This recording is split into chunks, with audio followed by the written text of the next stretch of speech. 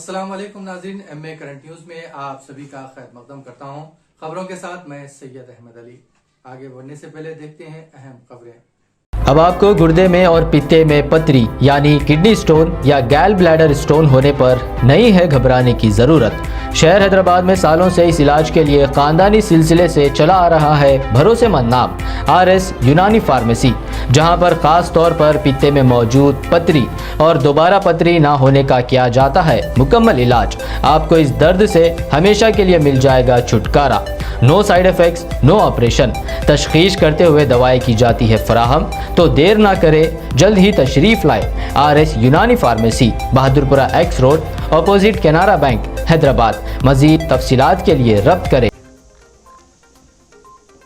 दिल्ली शराब घोटाले में MLC कविता से पूछगछ करने के लिए CBI की एक टीम ने इतवार को सुबह 11 बजे बंजारा हिल्स में MLC कविता की रिहाइश घर पहुंची। CBI के 5 अफसरान अंदर एक कमरे में कविता से पूछगछ कर रहे हैं। मुलजिम का बयान कविता के सामने रखा जाएगा। अमीश अरोड़ा के बयान की बुनियाद पर तफ्तीश की जाएगी और बयान रिकॉर्ड किया जाएगा। CBI के एहलकार 2 गाड़ियों में कविता की रिहाइश गाह पहुंचे। हुक्काम वकीलों की मौजूदगी में कविता से पूछगछ कर रहे हैं।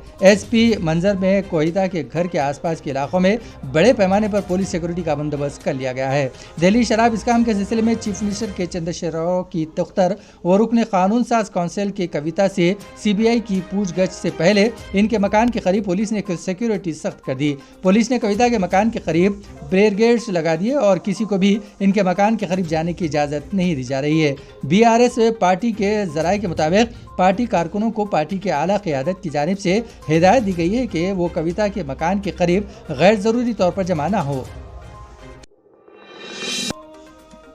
गुज़िश्ता 2 साल के दौरान हिंदुस्तानी शहरियों की जानिब से शहरियत तर्क करने के तादाद में इजाफा हुआ है। नायब वज़ीर ख़ारजा V मुरलीधरन ने कल पार्लियामेंट में इस सिलसिले में बयान दिया। मुरलीधरन ने सरकारी आदाद और शुमार का हवाला देते हुए कहा है कि सन 2021 में 1,60,4500 और सन 2022 में 31 अक्टूबर तक 18,354 अफराद ने हिंदुस्तानी शहरियत तर्क की है।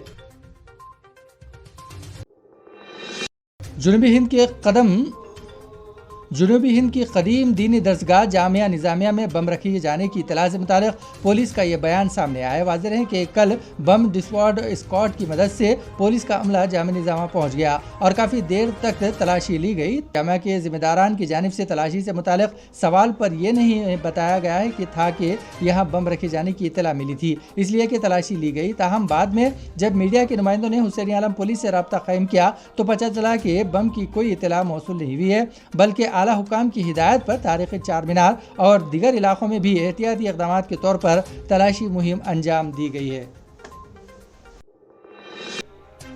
तूफान मंडूस के ज़ेर असर हैदराबाद में बारिश हो रही है। हफ्ते की शाम से आसमान मुकम्मल तौर पर अबरालूद है, जिसके बाद शहर के कई इलाके रात से ही धुंध की लपेट में हैं और बारिश हो रही है। पहले ही सर्दी की शिद्दत और दूसरी जानिब बारिश की वजह से मौसम बहुत ही ज़्यादा सर्द हो गया है। दरअसल तमिलनाडु और आंध्र प्रदेश में तूफान मंडूस की वजह से शदीद बारिश का सिलसिला जारी है।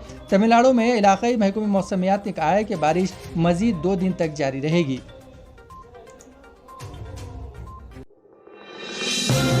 निज़ामाबाद शहर के बड़ा बाजार इलाके में एक शराब की दुकान के करीब हफ्ते की शब एक ज़बरदस्त धमाका पेश आया, जिसमें एक शख्स शदीद जख्मी हो गया। इस धमाके से इलाके में मौजूद दुकानों के टीन की छत उड़ गई। शुबा जाहिर किया जा रहा है कि धमाके में जख्मी शख्स के पास जो कचरा चुनने का काम किया करता था, इसके पास मौजूद कोई केमिकल फट गया, जिसके बाद यह हादसा रोनुमा हुआ। जख्मी शख्स को 108 एम्बुलेंस के जरिए बखर्द इलाज सरकारी दवाखाना मुंतकिल किया गया।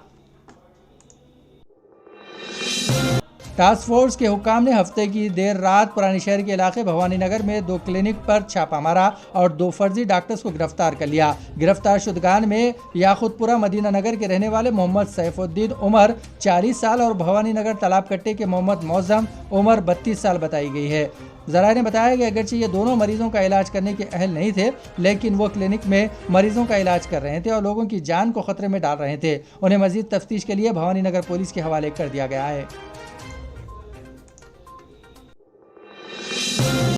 तेलंगाना काबीना ने महकमे पुलिस में नए मुलाजिमतों के तकर्रुरात को मंजूरी दे दी है। काबीना ने रियासत में महकमे पुलिस को मजबूत बनाने का फैसला किया, जो कि मुल्क में अमन व अमान की बहाली में एक रोल मॉडल बन गया है। चीफ मिनिस्टर चंद्रशेखर राव की क़यादत में आज शाम काबीना का इजलास मुनक्किद हुआ। काबीना ने बढ़ती हुई टेक्नोलॉजी, समाजी हालात में तब्दीली और जराइम के अंदाज में तब्दीली के पेश नज़र जराइम पर काबू पाने के लिए नई टेक्नोलॉजी को रूबेकार लाने के लिए मुताबिक अमला भर्ती करने का फैसला किया है।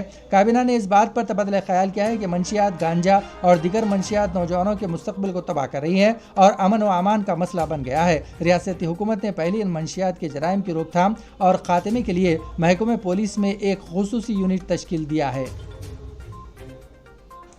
खबरनामा यही इख्तिताम पजीर होता है। हमें सारी टीम के साथ इजाजत दीजिए और हाँ, शेयर कीजिए, लाइक कीजिए और सब्सक्राइब करना ना भूलें।